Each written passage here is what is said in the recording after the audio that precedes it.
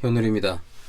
개혁파 신앙 길라잡이 구원의 서정론 두 번째 시간이 되겠습니다. 구원론 제2장이죠. 구원의 서정론 두 번째 시간입니다. 이번 시간에는 구원의 서정에 관한 성경적 근거에 관하여 알아보는 시간입니다.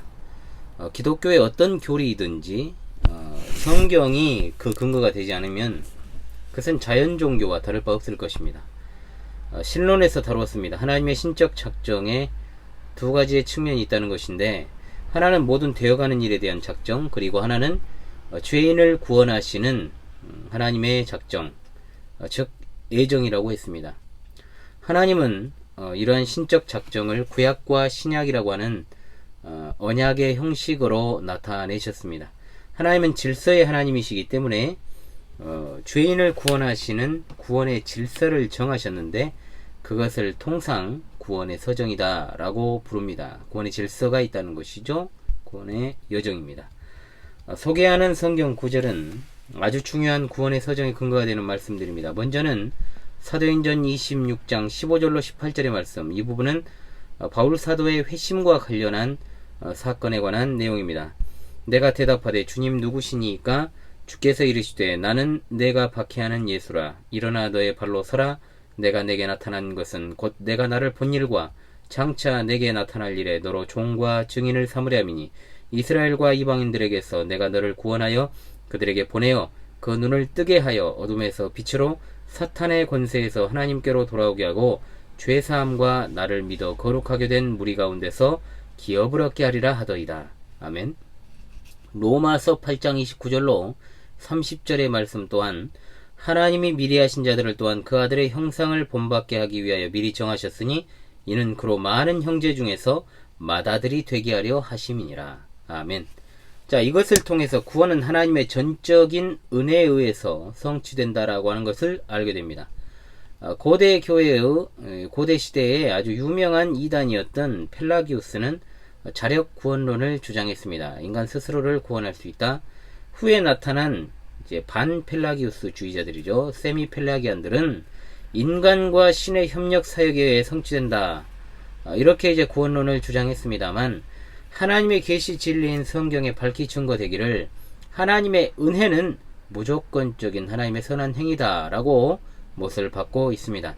하나님이 죄인을 구원하는 데 있어서 인간의 행주나 걸레, 누더기와 같은 노력이나 공로는 단 1%도 조금도 개입할 여지가 없습니다.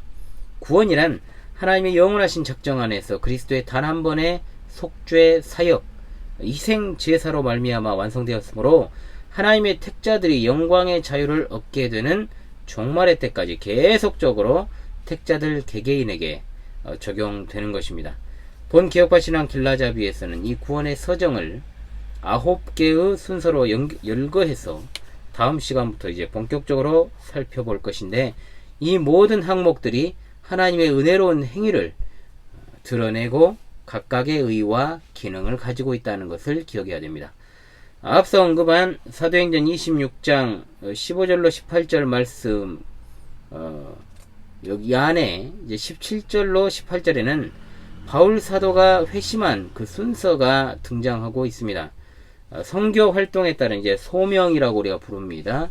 중생의 역사, 회심, 회개의 역사, 그리고 신앙과 죄 용서함과 칭의와 성화, 그리고 동시에 자녀가 되는 일련의 과정들이 바울 사도의 회심을 언급하는 이 말씀에 고스란히 드러나고 있습니다. 요한복음 3장 15절에는 이 1절에서 15절의 내용은 예수님과 니고데모의 대화가 나오죠. 중생이란 하나님 나라에 들어가기 전에 반드시 있어야 될 일이다 라는 사실을 보여줍니다. 요한복음 1장 12절로 13절에 믿음이란 신자가 하나님의 자녀가 됨에 있어 먼저 오는 것이다 라는 사실과, 이것은 전적으로 성령께서 하시는 일이라는 것을 알게 됩니다. 요한일서 3장 9절과 5장 16절을 통하여 중생한 자는 사망에 이르는 죄를 범하지 아니하는데 그 이유는 중생이 하나님께로부터 나는 것이며, 에베소 1장 13절로 14절을 통하여 성령으로 인치심을 받는 일은 진리의 말씀 곧 복음을 듣고 믿음 다음에 계속되는 일이다라는 사실을 알 수 있고, 로마서 8장 28절로 30절의 말씀은 예정하신 자들을 부르시고 또한 곧 소명하시고 의롭다 하시고 영화롭게 하는, 즉 영광화하는 순서를 그대로 보여주고 있습니다. 이러한 말씀들을 통하여서 현실적인 순서를 정리하자면 먼저는 예정이죠. 그 다음에 소명, 중생, 칭의, 영화라 이 순서로 이 6단계로 나눠질 수 있습니다. 이 단계라고 하니까 이제 어폐가 좀 있는데요. 이 6가지가 이제 열거되지 않은 과정들이 있습니다. 이 가운데 속해 있다라고 보면 됩니다. 가령 회개는 신앙과 분리될 수 없지요. 그리고 양자는 칭이 다음일 것이며 성화는 양자 이후에 위치하는 것으로 볼 수 있습니다. 성도의 견인은 성화와 함께 가는 것이기 때문에 전후 어디에 놓아도 무방하다 라는 것을 우리가 생각해야 되겠죠.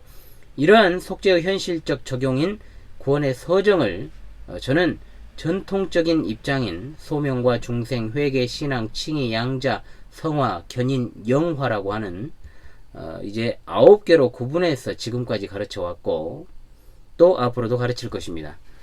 구원은 하나님의 특별한 사역이고 구원의 전 과정은 그분의 사랑스러운 돌보심이며 그 실현이다 라는 사실을 알 수 있게 됩니다. 이것 모든 것들이 바로 그리스도의 생애와 사역으로부터 나온 구원의 은혜들이라 이렇게 말할 수 있겠습니다. 제 2장을